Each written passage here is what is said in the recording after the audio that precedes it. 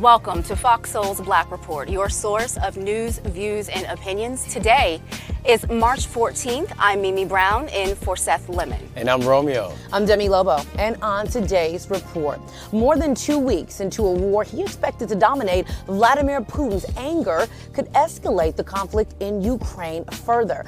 Why the Russian leader's mounting frustration concerns intelligence experts. Meanwhile, congressional Democrats condemn President Biden's support of Trump-era immigration policies they see as inhumane. Then, a new study ties the loneliness and isolation many felt during the pandemic to memory loss, how quarantine may have affected your mental keenness. Plus, 3 middle school students charged with hate crimes, the violent threats they posted to social media targeting black students.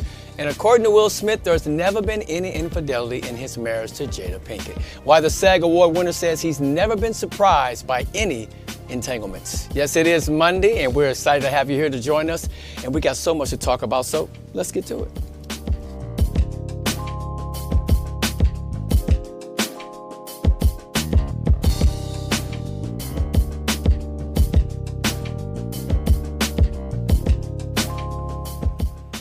We start with President Biden. He's considering a trip to Europe to discuss Russia's war in Ukraine with U.S. allies. The refugee crisis is building on the Polish border while Russian forces close in on Kyiv. Seth Lemon is in Washington, D.C. with the latest. For me, it was enough to feel one-time vibration in the house from the bomb. People across Ukraine continue making the difficult choice to leave their homes. The majority of refugees arriving in Poland, filling up shelters. We met them with high fives and hugs, invited them in, made them feel at home. The influx of people comes as Russia's military refocuses its efforts on capturing Kyiv. Shells fell over several of the city's suburbs today. Artillery hit a 9-story apartment building, killing 2 people. A Russian airstrike over the weekend hit a key military base, killing at least 35. Russia has been preparing for this war for decades. They have accumulated significant military resources for the evil, for the conquest of neighbors. Meanwhile, U.S. national security officials are meeting with Chinese diplomats today in Rome. As concerns grow, Russia is asking China for military equipment to bolster its invasion. We believe that we need to try to engage China, as it said, that we need to try to talk to them, that we can reason with them, that we can get them to see their interests are the same as ours. That's ridiculous. We've been trying this for 3 decades. Back stateside, Republicans say inflation and gas prices were already rising, blaming Biden's policies and calling on the White House to open up more land to domestic energy production, saying that's the easiest way to alleviate the crisis. The rescue plan contributed to 0.3% of inflation. Democrats didn't cause this problem. Vladimir Putin did. The president, though, rejecting critics, saying the current crisis is Russia's fault. The vast majority of that is not due to the war in Ukraine or our efforts. It has been due to the fact that the Biden administration has not wanted additional petroleum products to be made available. In Washington, Seth Lemon, Fox Soul's Black Report. Ukrainian President Zelensky will make an appeal directly to Congress this week for more support. He's expected to speak to lawmakers in the House and Senate on Wednesday. The family of an American war correspondent is mourning today after reports that he was killed by Russian soldiers in Ukraine. 50-year-old Brett Renaud was an award-winning documentarian for the New York Times, HBO, and NBC News. Ukrainian officials say he was killed in Irpin, a suburb of Kyiv, the site of intense shelling by Russian forces. Renaud's friend Juan Arredondo, who was injured in the attack, explains what happened. We crossed the first bridge in Irpin. We're going to film other refugees leaving, and we got into a car. Somebody offered to take us to the other bridge, and we crossed a checkpoint, and they start shooting at us. So the driver turned around, and they kept shooting. It's 2 of us. My friend is Brett Renaud, and he's been shot and left behind. At the time of the interview, Arredondo was unaware of his friend's death. Renaud often worked with his brother, Craig Renaud. Both men won a Peabody Award for their work on a documentary about a Chicago school. So the videos and the photos now are starting to really be just a little much. You know, I've never just seen so much death on Instagram, on Twitter, just so openly. His body was literally just, they were just carrying it out. His face shown. They showed his passport online, as well as we told you last week about the maternity hospital. There was a woman that everyone saw, her face was bloody. That woman died. I mean, these literally, their faces are just being plastered all over the internet. And I'm just wondering, do we have to show this much? Well, I'll say this. It's the reality of social media. I mean, when you have that quick access, right, you're going to get that content as is, and it's so unfortunate. But what I would say about this young man, died at a young age of 50 years old, well, people were running away from things like this. He was running to it to tell the story. He was known for bringing the truth and getting all the facts, and that's what's so important. He would truly, truly be missed. You know, he was on assignment for Time magazine. They were doing a documentary on refugees who were leaving the crisis, you know, and it's when we do stories like this, we also need to remember that, like Romeo said, there are people who are running into the danger so that we can be able to have the footage to tell these stories, you know. And go ahead. No, another thing too is that he had on like a bulletproof vest, and so one of the soldiers that told the story said that he was shot through the back of his head and it went out of his eye, and it literally upon the incident. And so you think you have a bulletproof vest, I'm going to tell this story, but literally you can't escape the mobs that are out there right now in Russia and Ukraine. It's almost like a bulletproof vest is just not even enough. You know, and I think we cannot skip over the fact that he was shot by a Russian soldier. Yeah. I mean, that's the war crimes that are going on right now in Ukraine are just, they're sickening, you know. They really are. They really are. All right, while an American journalist dies in Ukraine, a Detroit man who spent time as an Army doctor and Peace Corps volunteer is heading to the war zone to help. Duwan Johnson, who lived in Ukraine, said his love for the country is forcing him to go back to help civilians learn how to fight Russian forces. While Johnson lived in Ukraine, he trained university professors on how to explain transparency and democracy to students. Johnson is among a growing number of former military people traveling to Ukraine to help fight. The State Department doesn't advise it. They say all Americans should leave the country. With millions getting their information about the war in Ukraine from social media, the White House inviting 30 TikTok stars to a Zoom briefing. House about the situation in Ukraine. A number of other content creators on social media and myself were invited to this event, which was on background, meaning that we couldn't record or take pictures, but we can discuss what we learned from it. The creators were given an overview of the latest in Ukraine, as well as where the U.S. sees the conflict moving in the coming days. Officials took questions from the attendees. An influencer said they got a chance to ask about what people on the platform actually care about. This is not the first time the White House has engaged with TikTok stars. Last summer, Dr. Anthony Fauci, he joined a number of influencers to talk about the importance of COVID-19. I absolutely love this. I think it is so crucial to engage with a younger audience.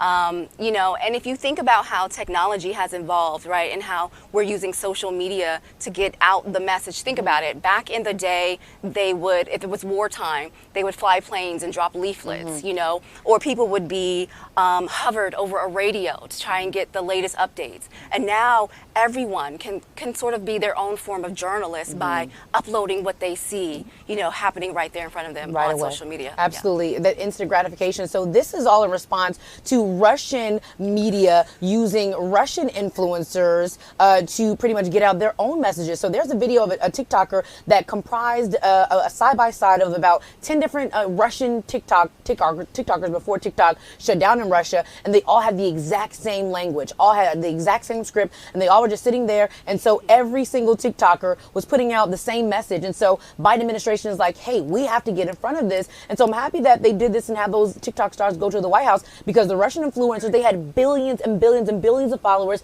as well as viewers getting out misinformation. And so this was a good way to rebuttal some of that misinformation that was going out to millions of young teens on the internet. I agree with that 100%. And it's ironic that we're talking about this, because when I get home, this is where my son gets his information.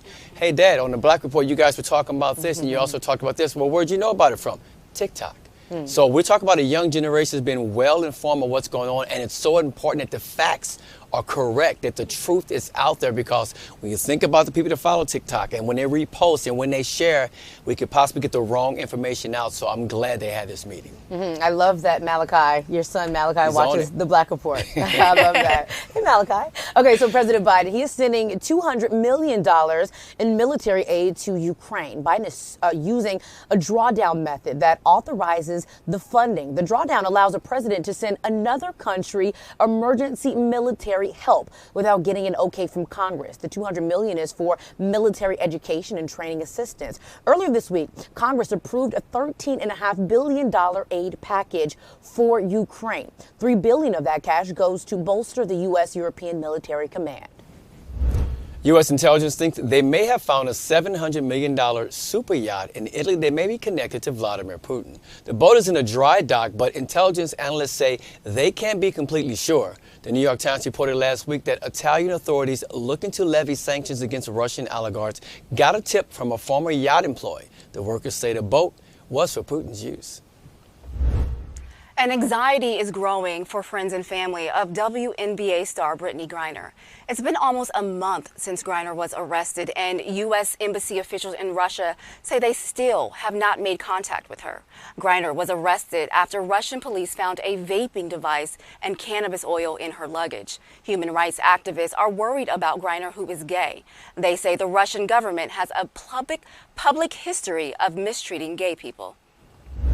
In other news, Congress is expanding the Violence Against Women Act to include Native American women and LGBTQ plus survivors of violence. Congress authorized the act on Thursday. The bill was tucked in the massive $1.5 trillion government spending package that sailed through the House and the Senate on last week. The last time the bill was renewed was in 2013. It lapsed 4 years ago. GOP oppression to the bill kept it from being renewed until last week.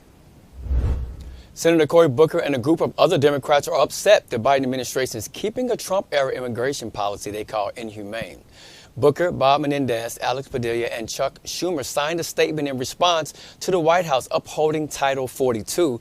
That's a public health clause that restricts immigration to the United States because of the COVID-19 pandemic. The letter said it is wrong to continue to send families with children back to their homelands for persecution. The Trump administration used the restrictions to keep people from coming over to the southern border and entering into the U.S. And Wisconsin GOP lawmakers say a new legislative map violates the Voting Rights Act. They are asking the Supreme Court to stop it from going into effect. State Republicans claim the new map is a 21st century racial gerrymander. They say the maps reduce the overall percentage of black voters in each district. But Democrats say the new map adds an additional black majority district in Milwaukee from 6 to 7. Democrats say it's strange that Republicans they care about voting rights. The map, originally drawn at the Republican-controlled State House, reduced the amount of districts from 6 to 5. More than 27,000 mail ballots in Texas were flagged for rejection under the state's new election laws. About half of the state's counties have not yet made their data publicly available. Among those that have about 17% of roughly 3 million mail-in ballots were rejected. The rate of rejected ballots is significantly higher than previous elections. Officials say the rejected ballots come from members of both parties. A new election law passed last year added tougher requirements for people who vote by mail. Federal prosecutors are asking the judge to deny Baltimore State's attorney Marilyn Mosby's request to drop all charges against her. Mosby's attorneys call the charges against her vindictive and selective prosecution. Her lawyers are also trying to get Assistant U.S. Attorney Leo Wise disqualified from the case.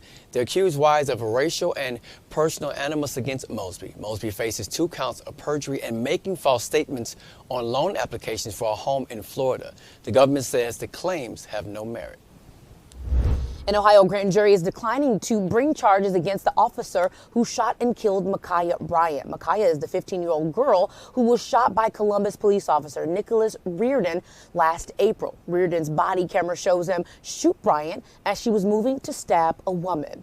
Officers were called to the scene after a report of a person with a knife. Columbus police officials, they ruled the shooting justified. Interim Police Chief Michael Wood said officers can use deadly force when it appears a person is trying to inflict harm against another person. Bryant's family says they are disappointed with the grand jury's decision. They want to know why the officer had to use deadly force during the incident. And so the family's view on this is what a lot of people feel online right now. So there was someone on Twitter that said their headlines are using the fact that she was black and omitting the fact that she allegedly had a knife, wielding it towards a person. And so at the end of the day, it doesn't matter what was going on. Ma'Khia Bryant deserved much more.